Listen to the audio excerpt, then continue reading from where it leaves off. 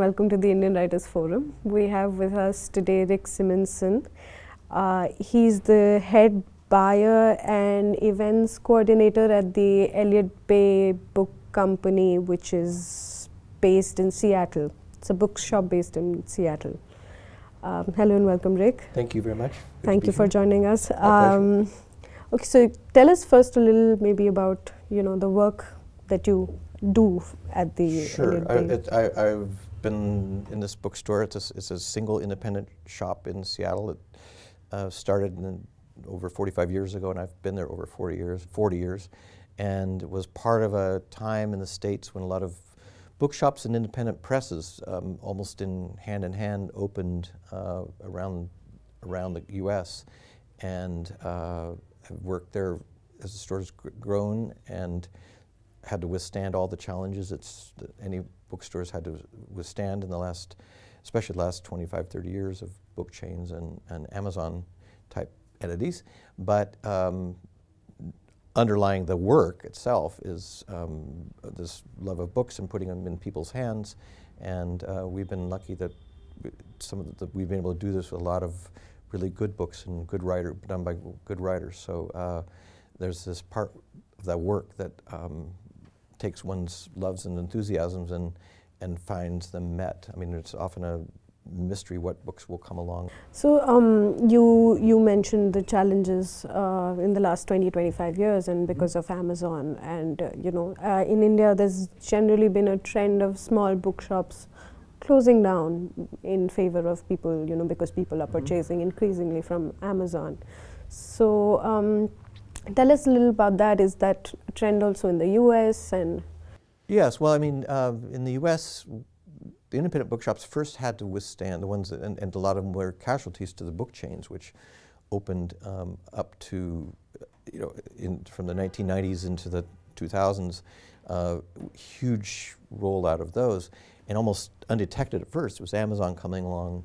Also, in fact, the publishers who realized they gave away too much power to the chains thought Amazon would be a good alternative. We can give them better deals because the book chains had such power and clout.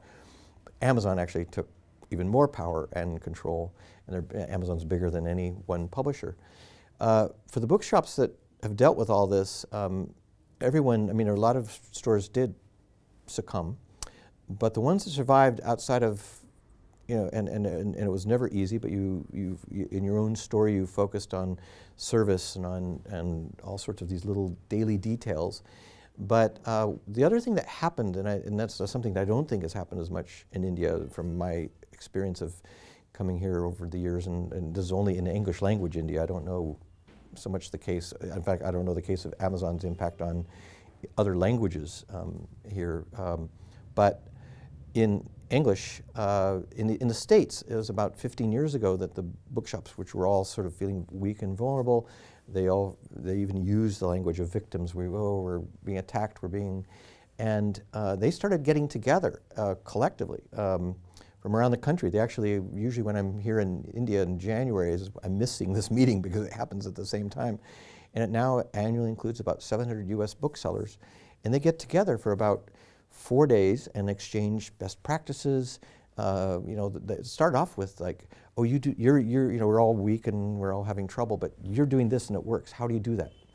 And so they would share that. And you're doing this and it works, whether it's your website or how you marketing or how you control your inventory. I mean, these are very mundane things to people who are not in the book business, but if you're in it, these are things you have to pay attention to. And so you shared information, feeling there's more.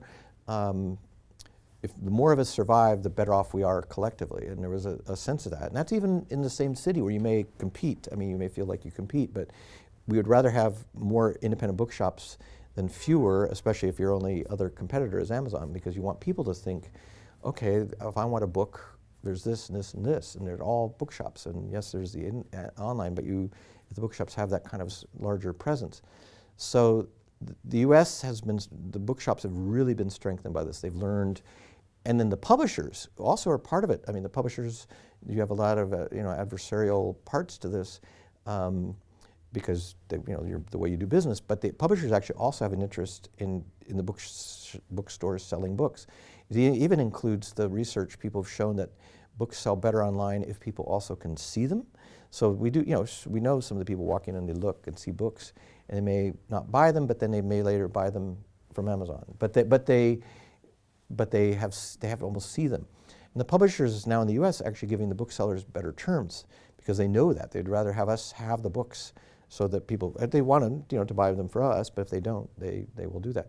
So, but the bigger thing of this is that the bookshops are in the U.S. have a larger sense of joint purpose, and they help each other.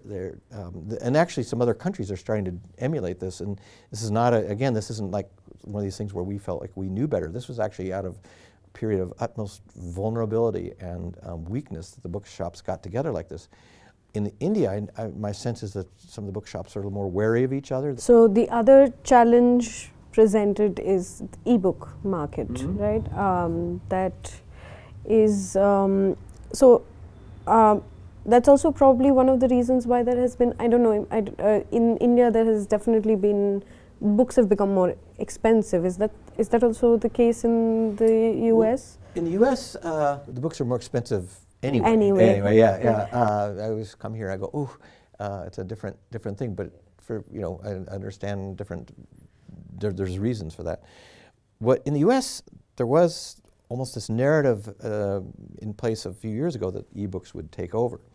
And it was a sort of an infatuation, but also they looked at music and how that became more digital and less physical. In the books, it's never happened, and I think now there's a recognition that it won't happen. The physical books are going to exist. I don't know that, in fact, it's even to the point where Amazon has opening bookshops. They're sort of strange creatures. They're small.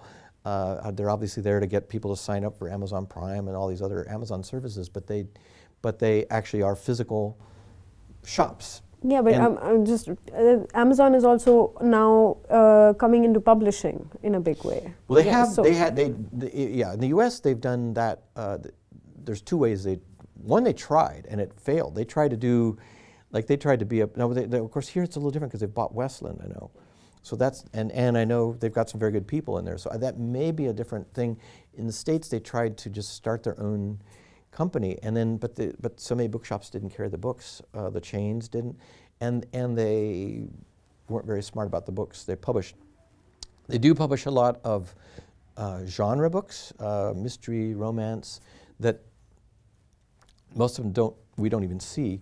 They do, to their credit, publish a lot of translations into English. So they have an editor who oversees that, and they try and do a lot of those books. And sometimes we see those books, but that's a little different universe. They haven't tried to. There's nothing like a Westland that they own in the States that is their publishing. I mean, at the same time, the kind of company, and we're talking Amazon. They're in our city. I'm in their city.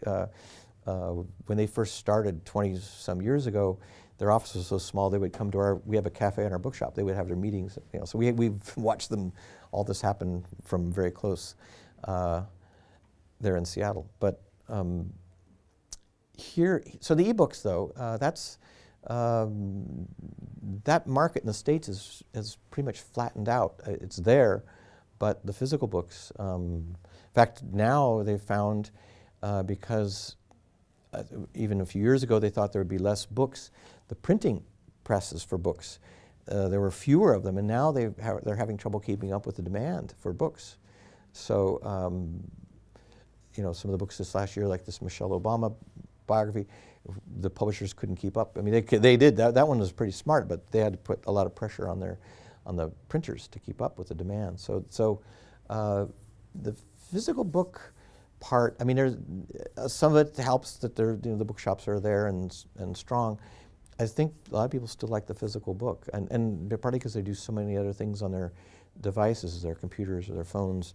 You have to, you're reading the news, you're doing your email, your social media, and a book is a different, for many things. I mean, you can read, there's certain things to read, but a lot of serious, thoughtful books, it's a little easier to have the book. You wouldn't say that there has been a general decline in the number of people reading books, like readership? No, I think if anything, in the U.S., what people often say, oh, well, are younger people not doing this? And I think there's a real surge right now, and some of it's in political awareness. I think in the United States, I mean,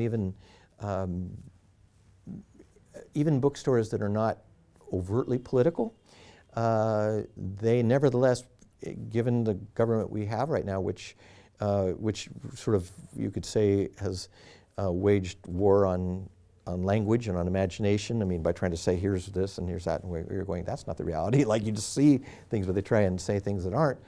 And so keeping a sense of real language and real thought is important. So it could be a novel that's not even political, but yet to read is itself kind of an exercise of and keeping your own wits and developing those things. So the bookstores have actually been part of that, and sometimes overtly. A lot of political books come in and people want them, and even a few weeks ago, the iconic, legendary activist and scholar Angela Davis, who's been very political all her life, but she was about to be honored with this special award, as she should, and it was rescinded because somebody's involved with the award realized she'd said pro-Palestinian things, and then it was this controversy that was like she was speaking for her beliefs, and why should that be censored as part of this award? It all played out, but when that happened, again, her books sold better.